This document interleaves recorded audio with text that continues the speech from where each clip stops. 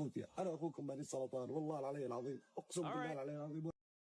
Friend of the show, Tommy Robinson, has now made it to the United States of America. The United States of America.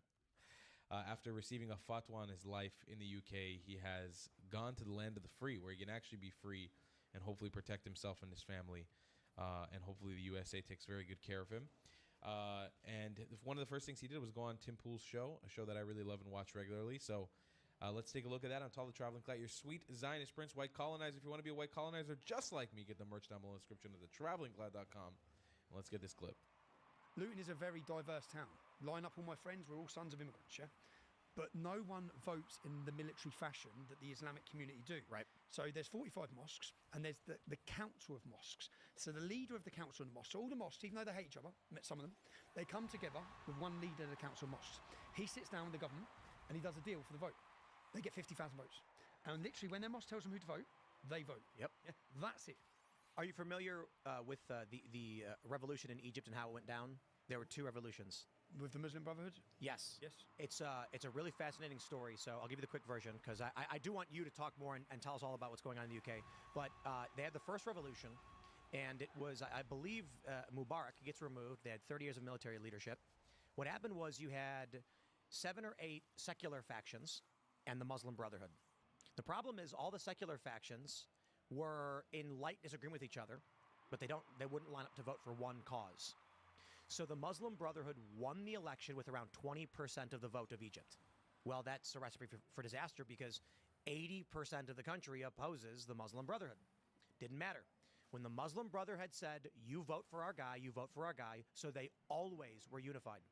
So they win, and you got Morsi in power, who legitimately won the election, and the second revolution happens. Because all of these people were like, no, we don't want the Muslim Brotherhood to take over. The issue is that most people were decentralized, but the Muslim Brotherhood was organized. And the end result for Egypt, to deal with the problem of the fact that no matter what they did, the Muslim Brotherhood would always win the elections, because when they say vote, the people say yes. So they went and started gunning them down. That was the end result. I don't think anybody wants that to be what happens, but you can take a look at Egypt, what happens when a majority of the population opposes the ideologically driven unified faction. It comes to violence. That's a scary reality when we're watching this degree or what you're describing in the UK. My warning is that they'll use democracy to end democracy. Yeah. Which is what we're witnessing. We're witnessing it. Charlie Kirk said that Islam is the sword that the left will use to slice the West. Yeah, that was his words. And that was pretty much just before he died, before he was murdered. But they, I just don't know if Americans understand the power of that small community when they get organised. And when I say the power, Republicans will bow to them, Democrats will bow to them. Indeed. If they're in the swing states, they're all going to bow to them. If they can guarantee the vote, if they can give them the guaranteed vote in that town and that town, and that's what we've seen. And is it MEND? There's an extremist organisation in the UK, an Islamist extremist organisation in the UK. And one of the speeches from a mosque, I went through the transcripts of what he was saying, and he said that it doesn't matter if they call us jihadists or extremists, right? Liberals, Labour and Conservatives will all work with us. We now swing the seat in 15 seats. Wow. They need us. Yeah. Now that was 5-10 years ago. If you look at what's happened now with the division in British politics, it's come down to, we've just had 5 jihadists, independents. Labour have lost the Muslim vote, it looks like, and it's fragmenting because Labour didn't hate the Jews enough. Labour didn't hate the Jews enough, so the Muslims now they're all calling themselves Greens and screaming out Akbar when they're winning elections. But my warning to America is simply they will organise themselves in a military fashion if they concentrate, and that's what Joe Biden's done. And what they've done is they replaced the working class. So the Labour Party replaced the working class with the loyal, happy to be dependent on the state Islamic community. They're happy. My local imam's got 14 kids and 3 wives, and he doesn't work a day, and we pay for every penny of it. And they're happy. It's a halal life. It's a halal life. They go to the mosque 5 times a day. They live their life. We're paying for all of it, yeah? And the rates, if you look at the rates of what works and what doesn't work, I can give you the stats for every country in Europe. This does not work. They are importing people who do not work, yeah? They're not here to work. Like, they're on benefits. You've seen, and I think you've just had an amazing wake up. Nick Shirley, well done, son. Yeah. You have had the wake up very quickly. Shout out Nick Shirley. And when you look at the numbers of how many Somalis come into the country and 10 years later can't speak English, you look at the numbers of how many of them are reliant on the state, their kids will be reliant on the state. Studies have now been done in Holland that show not just is the first migration reliant on the state, the second, third migration are reliant on the state. Really? And, So they're not endemic. working. It's just endemic. endemic. They're not going to work. Yeah, they're not here to work. They're not here to assimilate or integrate. They're here to dominate. Yep. And that's not every Muslim. Yeah, but the per se, you have to look at the broad numbers, and I'll give you some numbers. Yeah? In the UK, Muslim men make up 3% of the population. They're responsible for 90% of the convictions for rape gangs. 90% from a 3% population. Now, 30% of the men convicted are called Mohammed. If you go to Sweden, 63% of the rapes, Muslim migrants. There's about 15% Muslim population, but 63% of the rapes. Paris, 77% of the rapes are Muslim migrants. Austria, 48% of the rapes are Muslim migrants. Germany, 58% of the rapes are Muslim migrants. Now, go ahead, finish. yeah, all these things, so migration and immigration is meant to benefit the nation. So if we look in Germany, since Angela Merkel, I just said 58% of the rapes are foreign national Muslim migrants. 11% of the rapes in that country last year were by Syrian nationals. They're from Syria. Their passports from Syria. They're born in Syria. They've been brought into the country, we're told, Germans are told, for diversity. It's not for diversity. You opened your borders, you let 1 million men in, you didn't know who they were. Just look at the rape statistics that have gone up from 2017 to 2022. The rapes have gone up 45% in Germany. In the UK, 2023 to 2023, our rapes went from 8,800 to 88,000. In 88,000 rapes, and that's gone from 8,000 to 8,000 to 88,000. Now you take that same statistic and go another 20 years, you're talking 1 million rapes, 880,000 rapes, and nothing's going to stop it. Nothing's stopping it. They're not stopping it. The men that are coming in are hostile.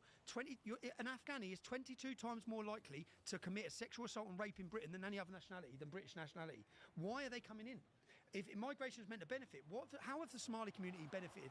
How have they benefited coming into America? It's meant to benefit the nation. They benefit the Democrats. The Somalis have benefited tremendously. They have. And the money goes to Somalia and probably comes back to the Democrat Party. My question was, are these rapes resulting in pregnancies? Are they resulting in pregnancies? They're resulting in in abortions. So I've got three best friends I grew up with who are all their mums are the white girls who were the sexual slave of the Pakistani. That's three of my mates. So they're half Pakistani, don't see their dads. They were babies from rape. That's three of my mates growing up. This is an extremely, extremely well-known and common warfare tactic is rape. Literally, rape, the origin of the word rape and pillage was, I believe it was the Vikings would come, destroy the village, and then take the women. And the word rape comes originally meant to steal. But now it means to force yourself on a woman because that's what was happening in conquest. Well, the thing is, though, in Islam, if you're a Muslim man and you rape a woman who is not Muslim, that's not considered a crime. That's not considered rape. No, those girls are just looked down upon, so they don't care about those girls at all. To this point, the Independent was just put out an article that said the Taliban has a new penal code that puts husbands on par with slave masters and legalizes domestic violence. Right. Yeah, I was looking at that this morning. That's a crazy. Let me get this article for you guys. It's from the Independent. New Taliban penal code puts husbands on par with slave masters and legalizes domestic violence. A Kabul-based legal advisor says it's now impossible for women to get any justice in the Taliban-run courts. But that's because the Taliban-run courts are based on the Quran and the Islamic teachings, and the Quran says quite clearly, if your wife disobeys you, sit down and talk to her. If that doesn't work, you give her no sex in the bedroom. If that doesn't work, you beat her. So, right. So real quick, what you're saying is we have a choice between feminism and Islam. But the feminists are on the Islam side. What's going on? And what's going on? It's worth noting that the left will lose to the they did in Muslims. You know, they did in Iran, but they don't care. They want to bring down the system. Maybe the offensive thought is women are tired of these, and I mean this in the political sense, not tribal. Women are tired of these weak, effeminate, liberal guys. And so a Muslim guy comes in, and he's like Myron Gaines, and he's like, shut up, I don't care. Do what you're told. And the women are just like, okay. I think there's something a little different to it than that. I think that the feminist left in the West never believes that they're going to be impacted by anything negative that's going to happen. Look at Renee Good. She thought she was protected from police violence by her whiteness. She didn't think that anything bad could happen to her. And I think when you think about leftist Western feminists, they think, okay, we're going to open up everything to all of these Muslims because we're compassionate. And it doesn't occur to them that anything bad is going to happen to them because of it. And they also like to say, that having a woman in burqas and hijabs and niqabs and the rest of it, they say that's their cultural thing. Let them be part of their cultural thing. But they don't actually think that anything is going to happen to themselves. The only real feminists in our generation are the Persian women in Iran. They're the only real women. They're like Kelly J. Keane. The only people Absolutely. but what I mean is the only people in our generation who have stood up for women's rights are the ones taking off their hijab and getting killed. Well, and they're the ones who are saying, hey, Western women, where are you? Why aren't you helping us? 100% true. Tommy Robinson's absolutely accurate about that. The only real feminists in this generation, like actual feminists that are fighting for real feminism, real equality, are the women in Iran who are being killed over it, who actually care about feminism, real feminism. It's the people of Iran. Absolutely, 100%. Sir Samuel says, how can Europe wake up to the Islam problem? I don't think the elites will do anything, so how do the masses wake up? They're waking up. If you look through the voting patterns, of each nation, they're waking up. The people are awake. Fastest growing political parties, whether it be the AFD, Vox in Spain. Now, to combat Vox in Spain, the leaders now recognising 1 million migrants, they're worried, they're scared. All the fastest growing political parties, the future of Europe, the future leaders of Europe, it's not Macron, it's not weakness, it's men, it's strength. That's the future. The future has borders. The future is nationalism. That's the future. Now they're trying to withhold it. They're trying to stop it. They keep doing it in France. They're banning Le Pen, but Badella is going to be probably more successful. Europe's wakening. Now our plan, again, which we're hoping for, May 16th is Unite the Kingdom. September 12th, we hope to unite the West. We want to do what we're doing in London. I went and met Salvini in Rome. I went and met Eric Zemmour in France. I've spoke to Belgian political parties. I've spoke to Dutch. We want to have a day of unity across Europe to celebrate European culture and identity, because mass immigration is destroying it. And our vision is to see mass cultural celebrations in every European capital city by the European people coming out and saying, listen, let the world know. The world heard us on September 13th. The world will hear the roar from London on May 16th to tell the world that our government are betraying us. We've had enough. In addition to that, I want to steel man Islam and the values of Islam, because some of it actually is pretty cool. Fasting, it has tenets of pillars, but that whole organization of faith has been seemingly co-opted by the caliphate for 1,300 years. I can't tell. So the grotesque extremism, when you steel man it, then you can see the aspects of it that are wrong or that are bad. And that's what you can fight against. You don't have to just vaguely, insult 3 billion people, because they're Muslim.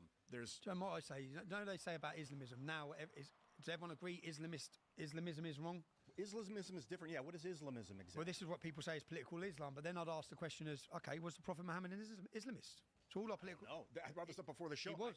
He enforced Islam with violence. Yeah, but I have a feeling, I don't know if it's true, that the caliphate came along and they're like, hey, good religion. Would be a shame if somebody co-opted it, and they took it and they used it for political power, just like the Vatican and the Catholics did with Christianity. When they came along, they formed a business around it. But there's Muhammad was a barbarian, warmonger, and paedophile, bro. Yeah, there's actual writings that explain. Yeah, he was from a wartime, but the problem is they don't recognise he's from a wartime. So the difference is, so Muhammad married a 6-year-old, had sex with her when she was 9. They still believe he was perfect, and it's like, don't you recognise? For his time, he was doing what he had to do. Hold on. Today, it doesn't make sense. Okay. But they don't accept today's any different. He's perfect then, he's perfect now. So the laws of today have to be what he done. So that's sex with kids. What's this electronic travel authorization requirement that's beginning on the 25th in the UK? I'm looking up, because I was looking up, should I get a J visa for going to the UK? Typically, the UK, I've been to London dozens of times because in my work, you don't need anything. It's the UK. It's like you show up and like, what are you here for? It's like, I work for a media company. I'm doing journalism. They say, yeah, we don't care. Like, stamp, welcome to the country. Considering where we are now, I was like, maybe it would be safer if I did get one. But it says, when I looked it up, Americans don't need anything, but starting on February 25th, we have to apply online for approval. So it's not really a visa. It's just you have to go into a website, pay £16, and say, here's my travel date. And they say, okay, we'll see you then. So I was not familiar with this. I wonder. We'll see. I'll apply. I'll plan to be there. Great, Tim. Yeah, we'll host you. Because what we done again, we done it last time. We put on a dinner night for all the citizen journalists. We give them access. So say we had politicians from 6, 7, 8 nations in Europe who all leaders of parties who come to speak, as well as influencers from across Europe as well, and from Britain. But we give the VIP treatment. Anyone you want to interview, we set the interview stage up for all of the new media. Yeah, none of the. I remember the Daily Mail emailed me like, "Can we have a pass?" I'm just fuck off. All right. And you were just like, no, you get a can't. pass. No, you can't. And then they run their headline, which I pulled up their headline live, and they run their headline: "Football Hooligans take to the streets of the UK." I said, now the problem they've got when they run this headline, it's been shared by how many people? Hardly anyone. Yeah, we've got 800,000 people watching live. They don't realise it yet. You've lost, guys. Yeah, True. That where we're at now, thanks to Elon Musk, thanks to the new media, thanks to the ability of bringing all these people together, thanks to, for example, Tim, if you come, what you're going to show 2 million, 3 million followers on one social media, or you're going to show the world what's happening in London. It doesn't matter what the Daily Mail said. It doesn't matter what the BBC say. We've gone past them. They're irrelevant. No one trusts them. No one believes them. No one believes in them. You have a passionate base here who believe in you. You have Discord. You have these communities. The mainstream media don't have this. And you see the left wing trying to do these podcasts now. It's like if you're trying. No one. You can't do it because you can't tell the truth. And it doesn't work. Because what you're saying is not truthful. Your argument's not truthful. So yeah, I think that. I want to pause for just a moment. I have seen actually like kind of a. There's a little bit more to go here, so don't leave just yet. The way I have seen like kind of a rise in left wing podcasts coming out recently, but they never succeed to the same way that either conservative or like sort of middle of the road podcast will, because they just can't talk about anything for long enough. And if you ask them tough questions, they can't. Like left-wing ideology, communism, Islamism falls apart. It breaks apart at a couple simple questions. All of them. So Tommy's 100% right about this. The real battle here is with the new media. Yeah. I'm at gov.uk, and Americans now require an electronic travel authorization. It's pretty crazy. They said that they did that. Some countries did that, like Canada and others. They said that they started doing that because of the restrictions Trump put on people coming into the U.S. Yep.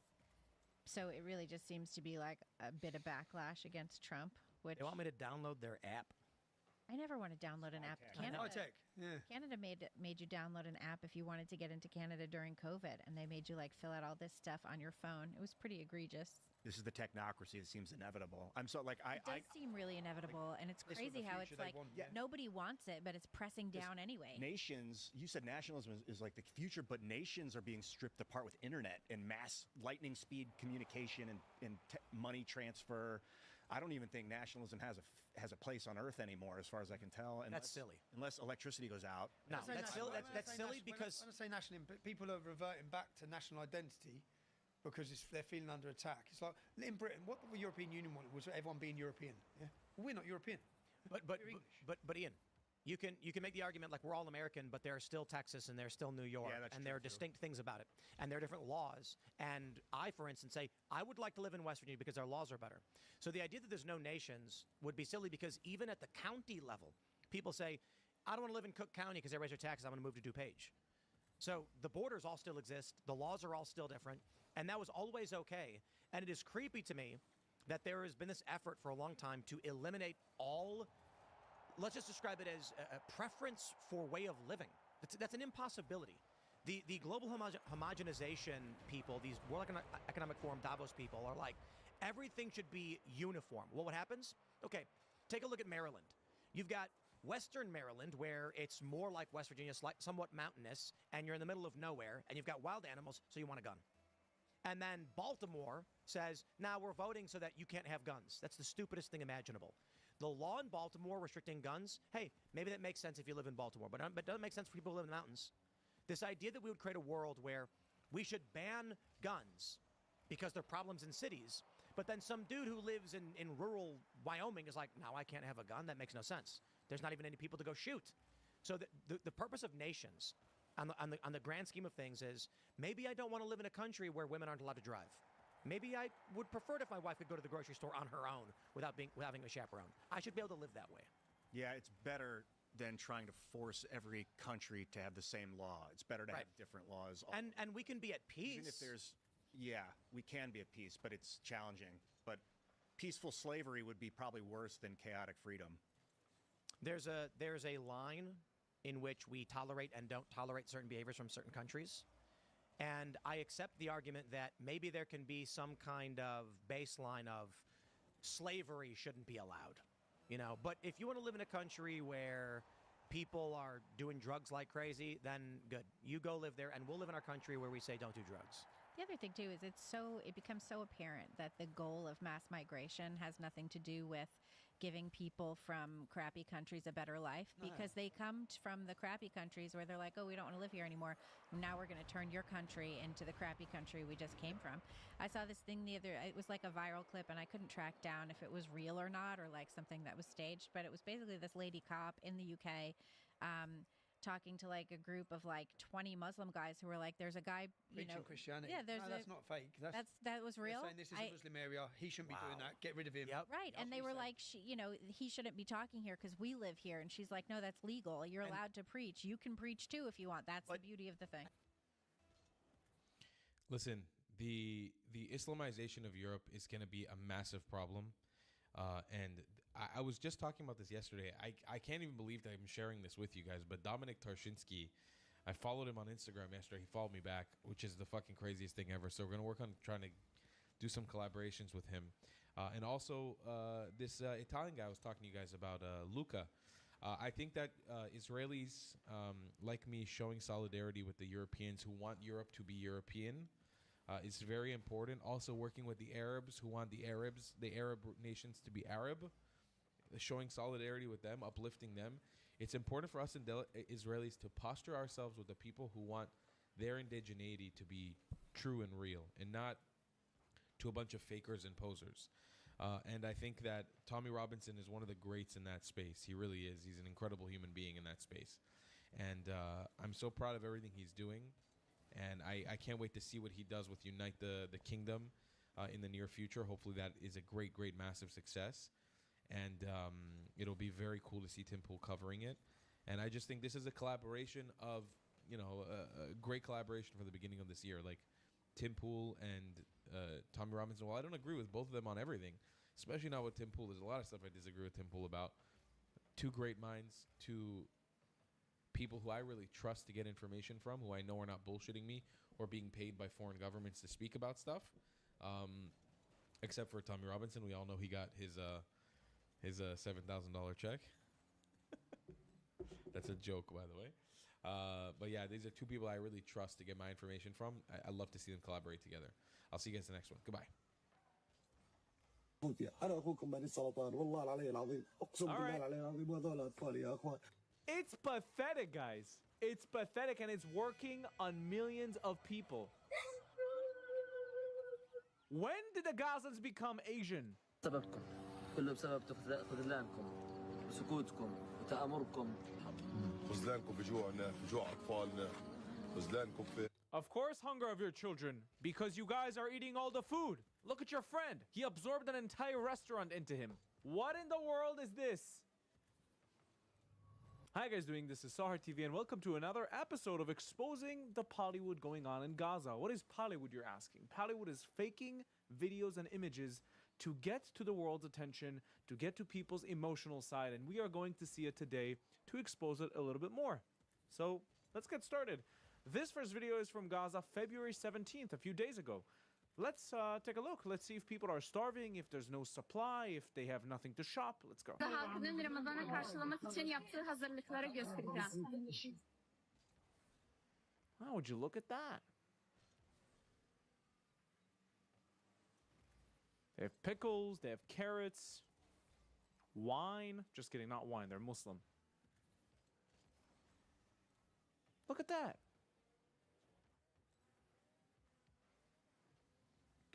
Quite fancy for a place that was just experiencing genocide, don't you think? Look at the bottom, it says February 17th. That's when this video was posted. Now take a look at this phenomenal acting. This guy right here is screaming his heart out, and she just can't take it.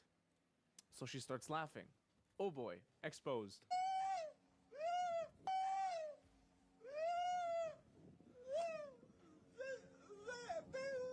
Even they know it's a joke. They know this whole thing is a joke, but they're like, listen, the world's buying into it, so we're just gonna keep doing it. And it's working. This guy, right here at the bottom, doesn't even want to show his face because he's probably laughing his ass out. The video on the left is from Africa, where people are actually starving, and this video is from Gaza. This method of getting food gets no attention, and this method of getting food gets the world's attention. Why is the world hypocritical? Let's watch.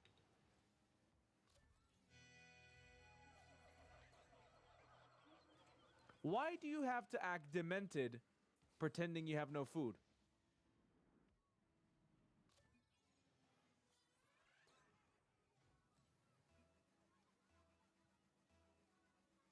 Disgusting. This young boy right here was told to pretend he was freezing, right? And the only challenge is that he stopped acting in the middle of the video. And we saw it. Let's watch. استنى اسالك بالله ما تغلب تحب الله ورسوله Oh my God. انا اخوكم بني السلطان والله العلي العظيم اقسم بالله العلي العظيم هذول اطفالي يا اخوان. Let's take a look at it again, okay? استنى اسالك بالله ما تغلب تحب الله ورسوله تغلب يا اخوتي انا اخوكم بني السلطان والله العلي العظيم اقسم بالله العلي العظيم هذول اطفالي يا اخوان. It's pathetic, guys. It's pathetic, and it's working on millions of people. Look at it. If you have to fake something, maybe what the world is claiming isn't true. And children aren't such great actors, so they'll fuck it up for you. والله العلي العظيم وضعنا المادي تحت الصفر اقسم بالله العظيم. That's it. When are we going to play? اتمنى لكم متابعه يا اخوتي الله يجبر بخاطركم يا رب والله العظيم تجرون فيني. Now, take a look at this snow blizzard that took place in Gaza, a place that has not seen snow in 30 to 50 years. I don't even know when, but this is Gaza. You know, it's close to Egypt, really close to a desert. You really think it snows? Let's take a look at this AI propaganda. خذ البطانيات واحدة لكل طفل الحمد لله معنا إن شاء الله خير تنسي حبيبتي معنا يا رب. This exclusive and incredibly real video displays a group of Gazans doing their yearly trip to Mount Everest to stick the Palestinian flag at the top of it as well, claiming it was theirs also. I mean, clearly. Let's take a look at this real video.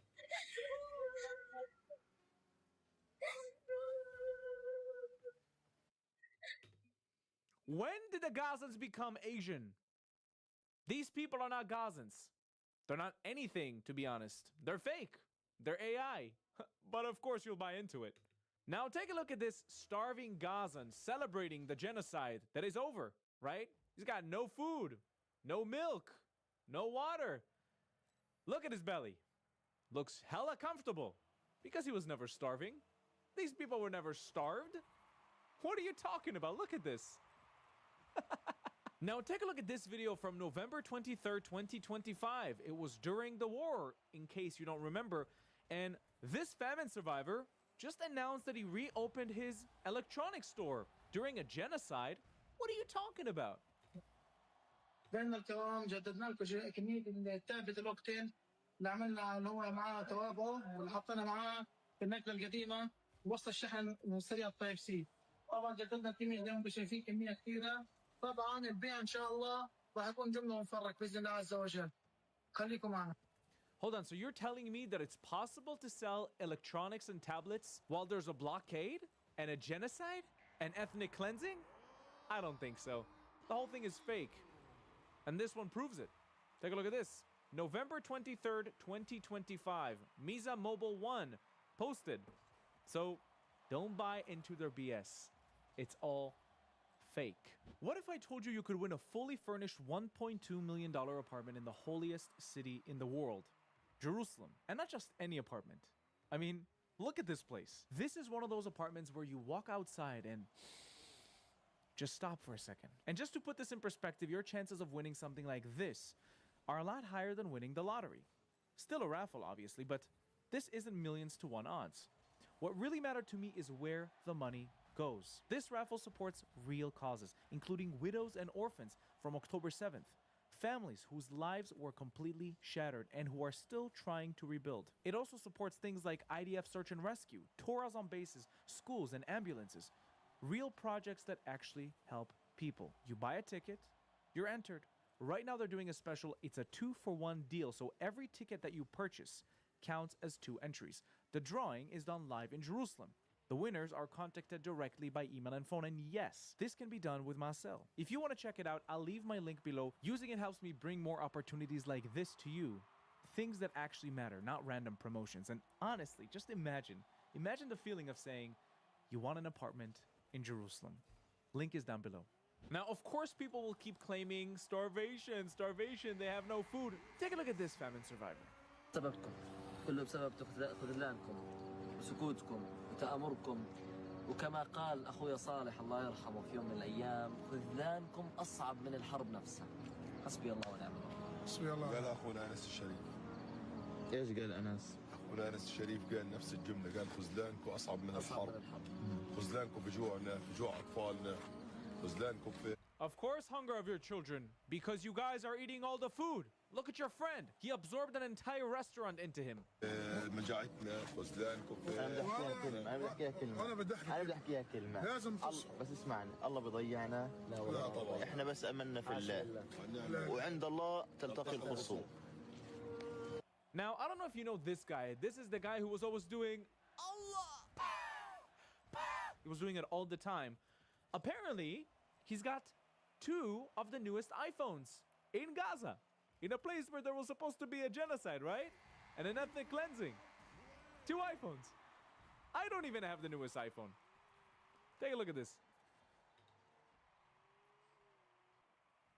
If one isn't enough, oh, I have another one. I have another one. Oh my God, they are killing us. They are butchering us. Give me a freaking break. Look at this. Look at this. Which color should I take? Should I take the orange or should I take the white? Because apparently after 2 years of not working, allegedly, I have no money to buy phones. But he has 2. He has 2 iPhones. Before I'm making this financial sacrifice, I'm sitting for a few days before like, should I do this? Should I not do this? But he got 2. You know, why not? It's the brand new iPhone. Now, I want you to take a look at this incredibly real video of a girl crying for not having food. She's holding her pen like this, right? When the person comes to serve the food, she's supposed to give him the pan, to put the food in the pan. But take a look at what she's doing. Yes.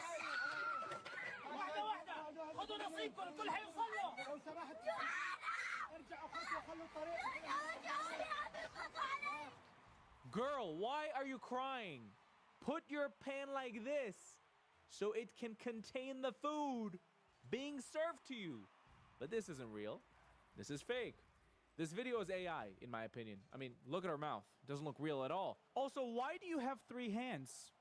One is here, one is here, and another one is here. Don't fall into their BS.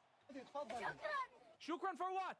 You cannot eat this. You're moving a millimeter, it's gonna move. Shukran for what? Now, I want you to take a look at this ultra real video from Gaza. You know, trying to display that people are freezing in the cold, people are freezing in the rain.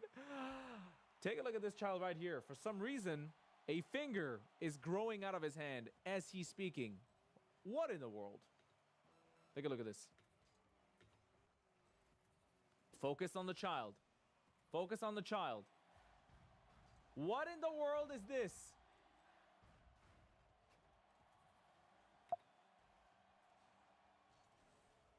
And look at his other arm. It's not even there. What is this? And of course, the Palestinian flag connected all the time, right? Attached to nothing. Now, this video has nothing to do with Hollywood, but take a look at this. This Arab Egyptian woman is offering to sell this black kid for 1 Egyptian pound. This chocolate, that's what she's calling him. Let's watch.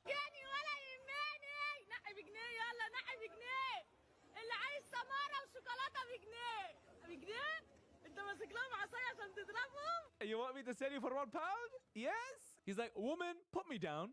What are you doing? You're not my mother.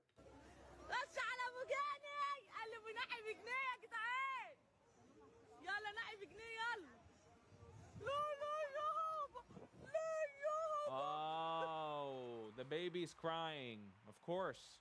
Of course. He was able to sense your racism.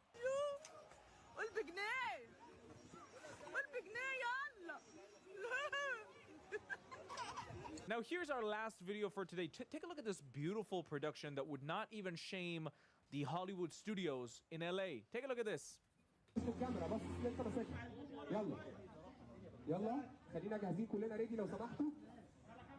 عايز رفع يا جيمي اول ما اقول اكشن معاك ثانيتين ثلاثه ورفع سريعه. تمام. يلا بسم الله and اكشن.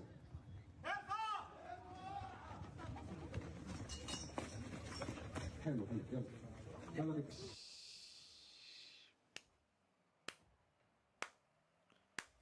Bravo.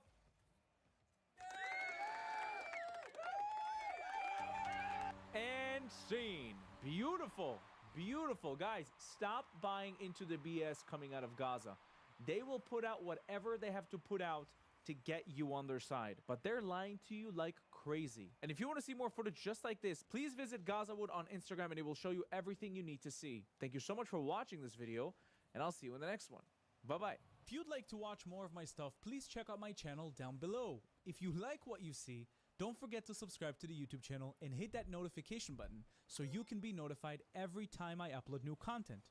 If you'd like to support me and the channel financially, you can do that using Buy Me Coffee or Patreon down in the links below. Also, we now have a Discord that you can join down in the link below. And now you can become a YouTube member and enjoy specific YouTube perks.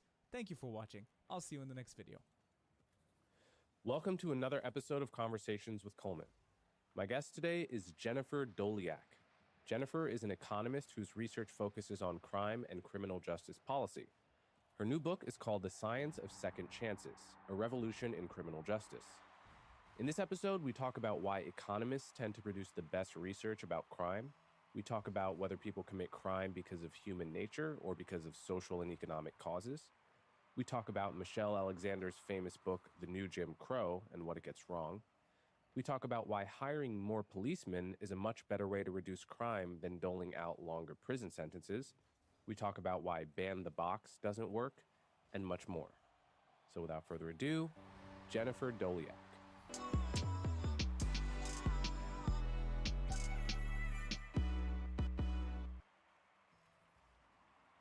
Okay, Jennifer Doleac, thanks so much for coming on my show. Thank you so much for having me. As I was just telling you before we started, I've been following your work for a very long time. You are an economist who studies crime, and a lot of people might wonder, okay, why would an economist study crime? Aren't economists people who study the stock market and GDP and economic growth? So first of all, why would an economist study crime, and what special tools do you bring to the study of crime as an economist that other people who study crime don't bring? Yeah. So economists, it turns out, study lots and lots of things that the general public don't realize we're interested in. Everything from education to healthcare to crime and criminal justice policy, all the way to monetary policy and GDP, which I think are the traditional econ ideas that people know of. I would put what the economics lens brings to this conversation into three buckets. So one is that economists love to think about incentives and how people respond to incentives.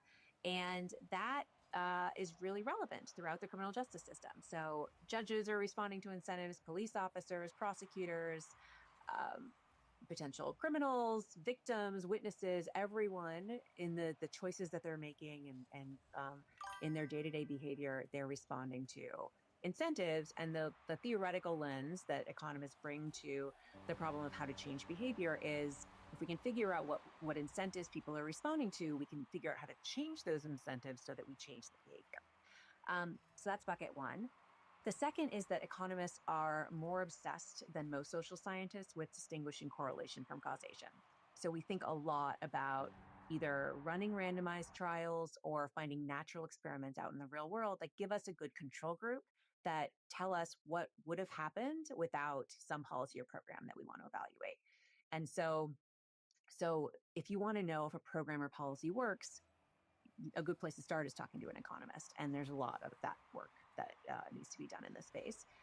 And then the third bucket is, since we're so good at measuring what the causal effect of a policy or program is, we are very helpful in crunching the numbers to do cost-benefit analyses. So we love nothing more than talking with policymakers about how to allocate their scarce resources. That's really what the study of economics is about.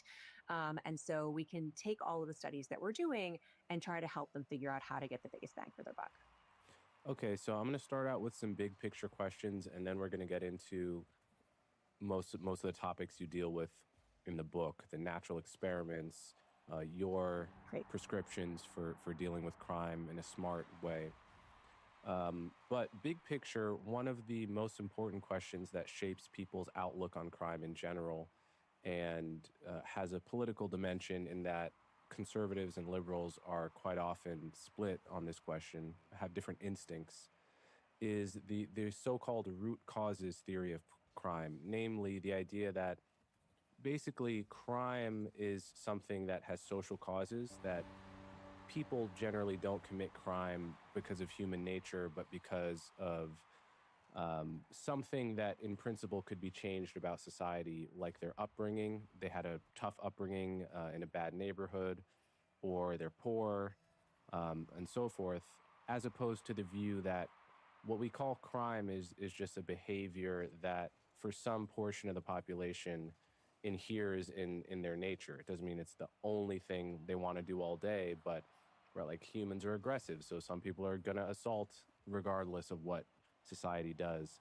How do you think about the question of why human beings commit crime at the most abstract level? I think it's got to be both.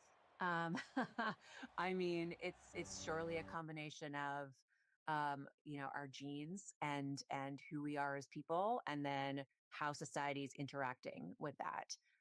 So I would not put myself firmly in one camp or the other. Honestly, I don't spend a ton of time thinking about the root causes of crime. I spend much more time thinking about like what's the impact of an intervention on someone's behavior going forward. I think there are a lot of scenarios where we would love to know how we got to where we are, but that's actually not that necessary for figuring out how to go from A to B and how to change course. So I'm not going to plant a flag on either camp there. You make a good point, because later I'm going to ask you to explain how, for instance, the notion of having a long time horizon versus having a short time horizon influences is like a critical key inflection point for what criminal justice policies actually work.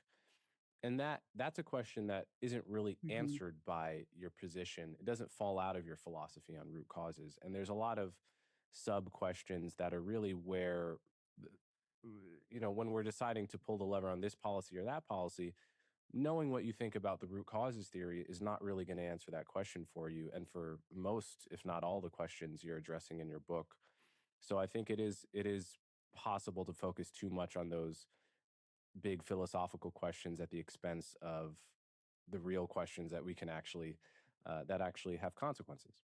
I think just to riff on that a little bit, I think a lot of these issues of like, what do you think about the root causes of crime, or what's the theoretical lens you bring to different issues? Those are all really helpful for generating hypotheses about what we can do to change our outcomes, right? So we've got some trajectory, we have some status quo, we want to know how to get somewhere better. And all of those ideas and conversations are hypothesis generating. But I'm in the business of hypothesis testing. And so really, ultimately, and we do this now a lot at Arnold Ventures, where I work now, we're funding lots of studies on that are testing lots of things out in the real world. And we try to be really agnostic about what we think might work. So if someone has an idea, even if I'm really skeptical that it's going to work, if they think it'll work, through their theoretical lens or their life experience or whatever, who am I to say they're wrong? Let's take it to the data and let's just go test it out in the real world.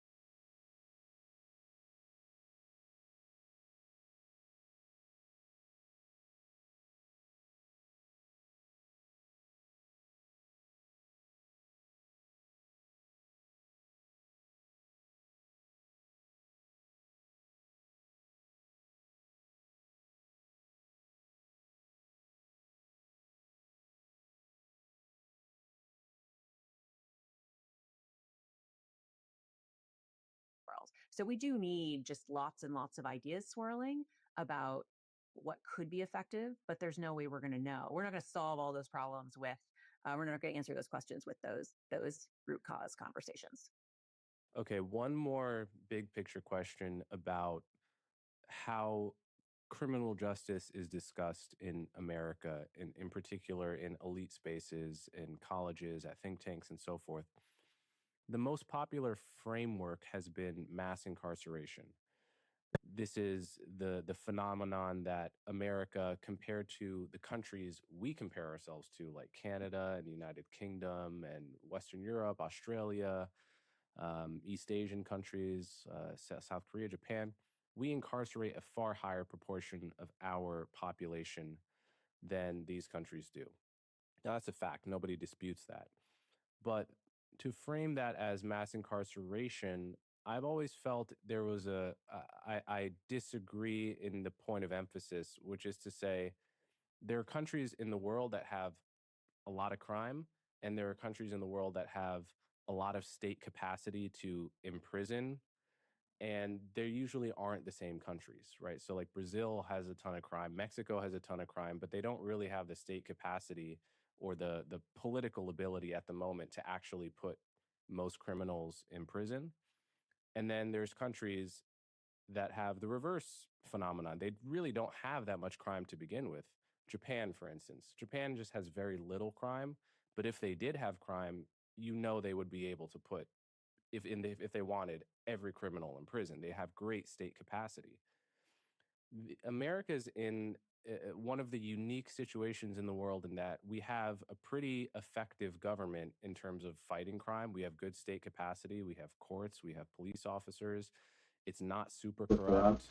But we also have a lot of crime. And so it seems to me the comparisons to other countries which don't take that account, the unique situation of America. Is this good? Can I talk? Oh, it is working. Now is it working? Which? It is working now, right?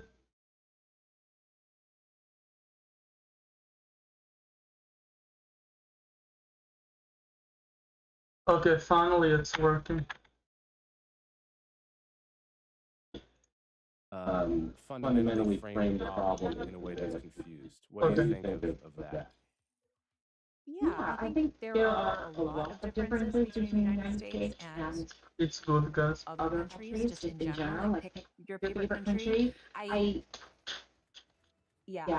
am generally reluctant to make comparisons. Finally 1v1. I haven't had a 1v1 in a long time.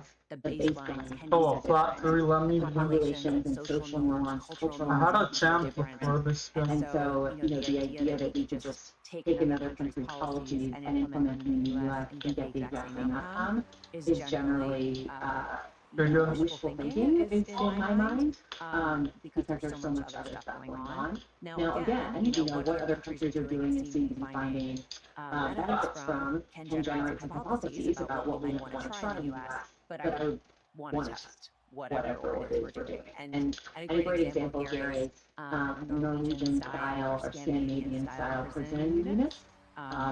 Emphasizing more rehabilitation and freedom and responsibility. You can walk around, you can leave during the day, go to work, and you have to come back and have more collegial interactions with the guards. They're not just That's a prison that is That's totally possible. That seems to work really well in a way. Maybe it would work in the US, but there are a lot of reasons it might not work in the US. Maybe the US were just more violent than in other countries. Like, I don't know. I'm not going to claim to know that. But we now have a scenario where enough people are interested in figuring out a better way to do things, really forced by the workforce shortages in corrections facilities across the United States.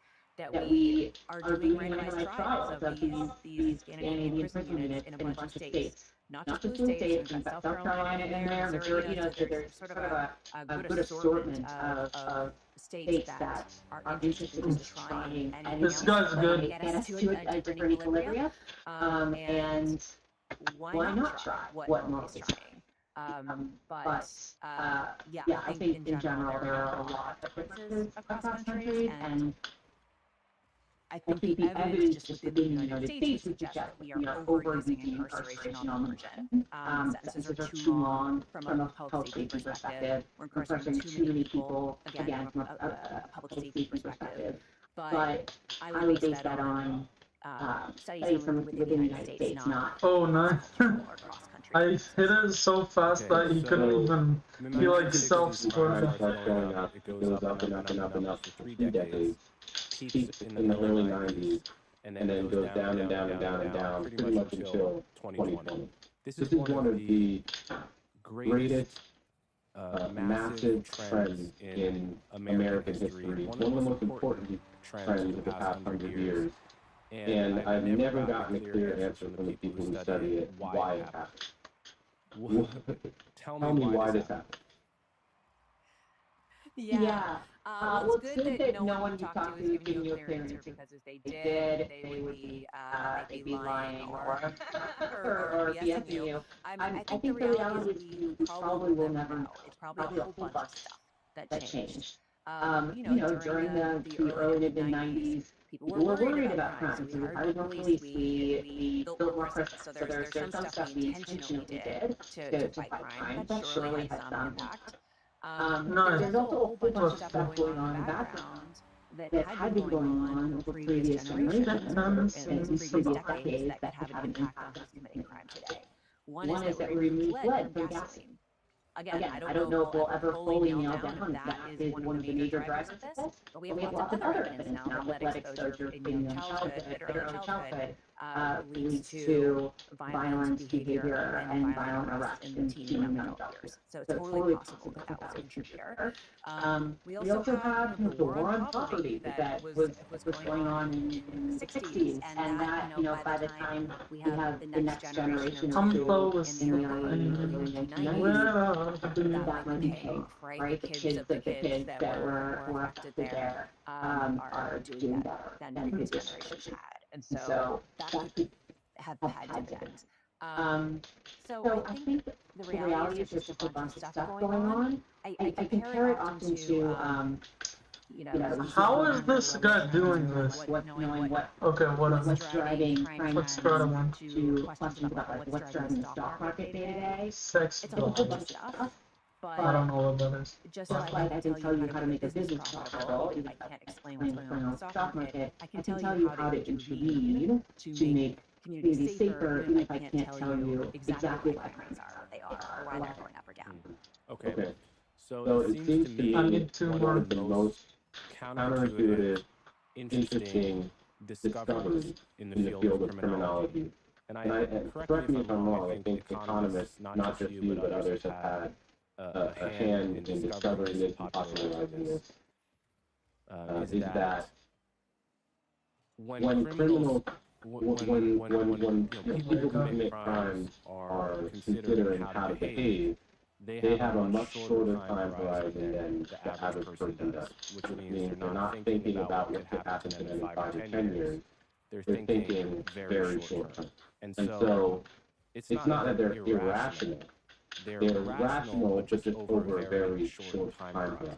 Why is this such an important observation when it comes to criminal justice policy? Yeah. So we all discount the future in econ terms. Discount the future to some extent. The future is more uncertain than today is, and so we all care a little bit less about future happiness than present happiness.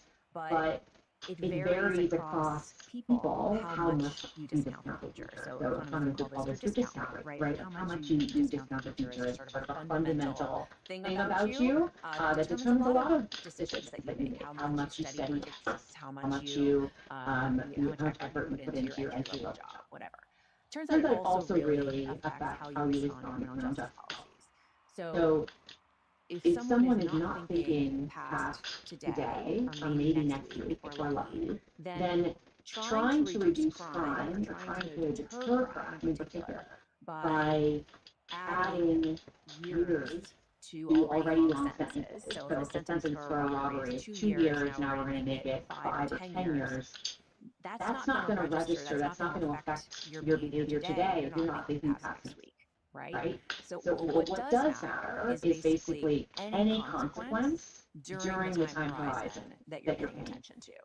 And so the swiftness and certainty of punishment, knowing that with a very high probability you're going to be arrested and put in jail for whatever it is for robbing a convenience store, that's what deters crime. It's not ramping up the potential sentence that you might receive if you get unlucky and are caught. And so what we want to do is, in that case, is shift our emphasis from making punishment more severe or sentence longer to increasing the probability you get caught quickly, which really is a big shift from how we're doing in the United States today. Right now, and this is partly just based on what state legislators feel they have control over. Right, if state lawmakers are worried about crime, they can, with the stroke of a pen, change what the sentences are for different offenses, right? They can change the sentencing guidelines. It's much harder to think of a policy and implement mayoral election. accountability to get caught. That's something that, it's really It sounds about bad. police practices Some and mayoral investigations, and that's really What is that? So it's just harder to directly control the Oh, lawmaker, careful. but it's really important to figure that out because we're basically again, from a public safety perspective, what we want to do is reduce crime. We're wasting a lot of money on these really long sentences that we should be spending on improving investigations and getting our clearance rates up. In your book, you write, a simple saliva swab deters crime in a way that long prison sentences do not explain. So one of the first studies I did as an academic was looking at the impacts of DNA databases in the United States. So the U.S. and many other countries around the world now have law enforcement DNA databases that contain DNA profiles from people who have been convicted or arrested of certain offenses, as well as DNA profiles from crime scenes from crimes that are solved yet. And it basically just looks for matches between these two things. And a lot of people freak out when they hear about DNA databases. They think we're just uploading stuff to 23andMe, it's a whole genome. That's not what it is. It's really just a string of numbers. Kind of just think of it as a better fingerprint. And this being in the database then means that you're more likely to be caught if you reoffend. And so because it enables law enforcement across the country to be constantly comparing new crimes Bro, what is happening?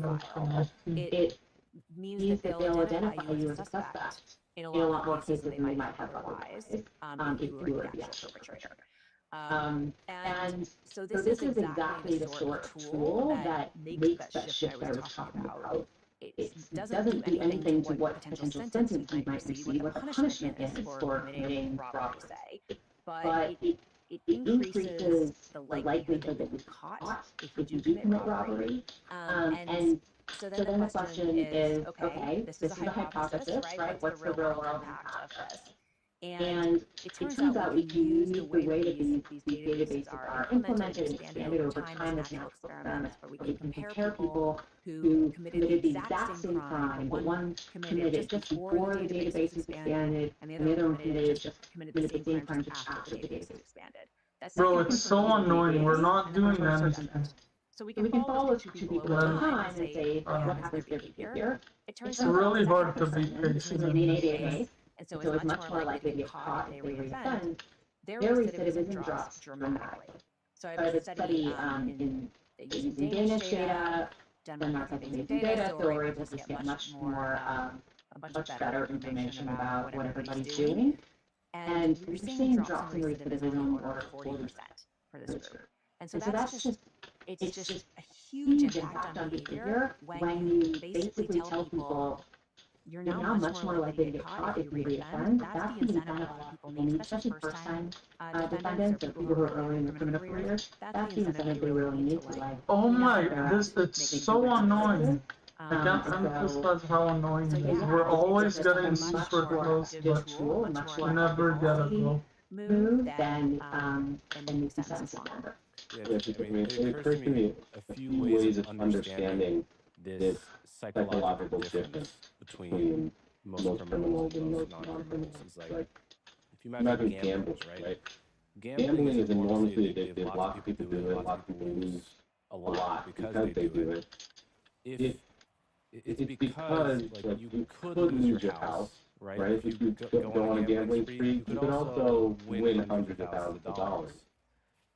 But if you were just like certain that you were going to lose a very small amount, that same person probably wouldn't gamble.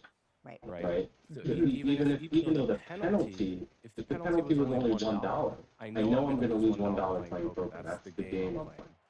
With 100% certainty, that person wouldn't gamble. Bro, this is so annoying. If there's a 10% chance, they'll lose their entire house. Right? And so there is a certain psychology which is insensitive to massive penalties as long as they're lower probability and sort of abstract or far in the future. And then the second touch point that occurs, bro, and the one goal was scored because of insults. I guess if you're lucky enough Whatever. to live on the streets, you don't live in That's super annoying. city, is through television and movies. And the type of crime that Oh, it's Splat 3, that's all that. movies is like The Wire, The Sopranos, or Ozark, or Breaking Bad. It's like these criminals that are extremely deliberate, not impulsive at all, have very long time horizons. And in fact, if you're in the New Jersey Italian mob that's portrayed in The Sopranos, a short prison sentence is actually the cost of doing business for you. And because you're looking at the longer time horizon, the money you're going to make over the next 30 years, as long as you keep your mouth shut and do your 8 month stint. And so, if that's the portrait of the criminal underworld that you have in your mind, it's going to misfire pretty spectacularly when you try to apply it to the real world, where most criminals are doing something really impulsive that they think they can get away with. Totally. There's actually a recent paper that came out looking at the impacts of longer sentences for white-collar criminals, and they find that they're very effective deterrents. And so it really is like two sets of potential offenders, the super hyper-rational ones who are committing, financial crimes and they've populated out. They are forward-looking, often, or at least much more forward-looking than your typical street offender, I guess.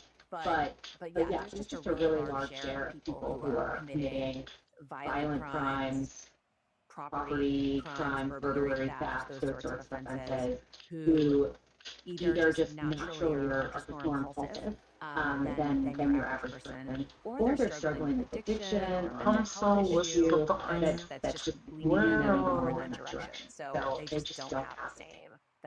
What is that? That was the weirdest. So it's smart to adapt policies depending on who we're trying to, whose behavior we're trying to change.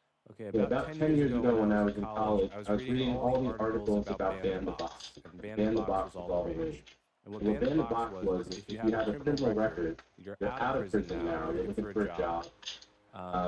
There's a box on the job application which says, have you ever been convicted of a crime? And we've all checked these boxes on various forms, like visas quite often in other countries require you to check that box.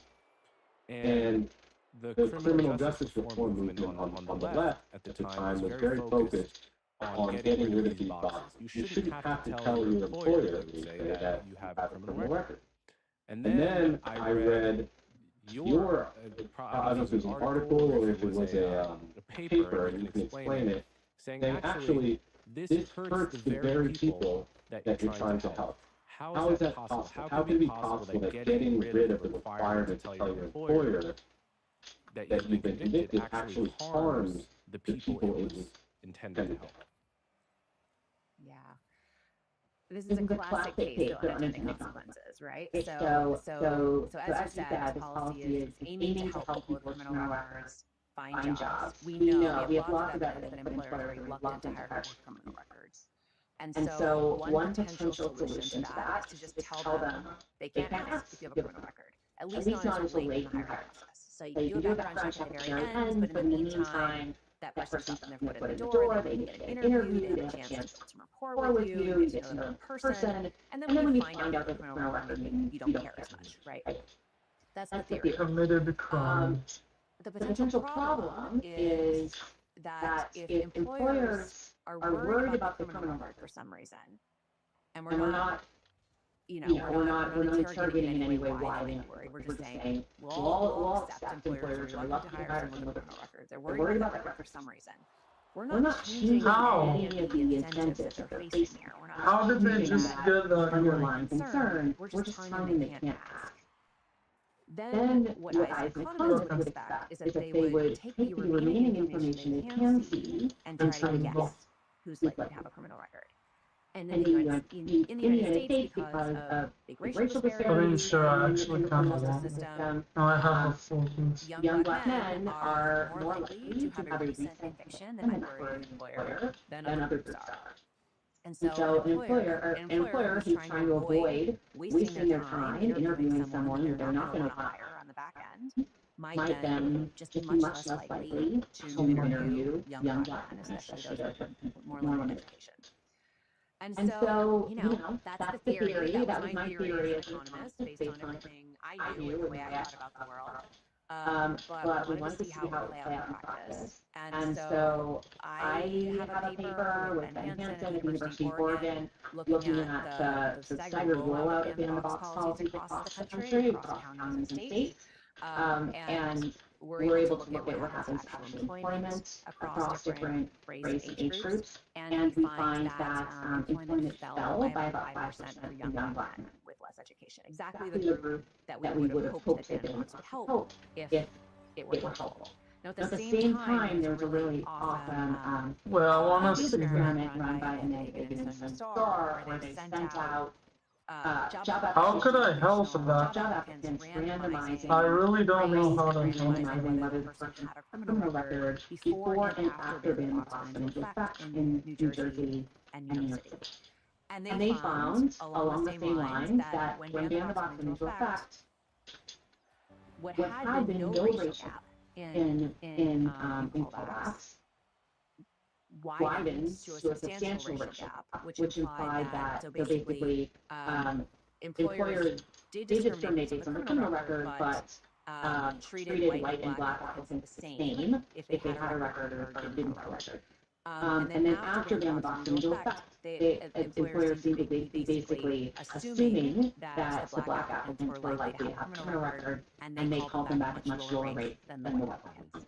And so these two papers side by side painted a really compelling picture that this policy was really I don't know, I kind of want to stop. consequences for a group that's really See you guys. vulnerable in the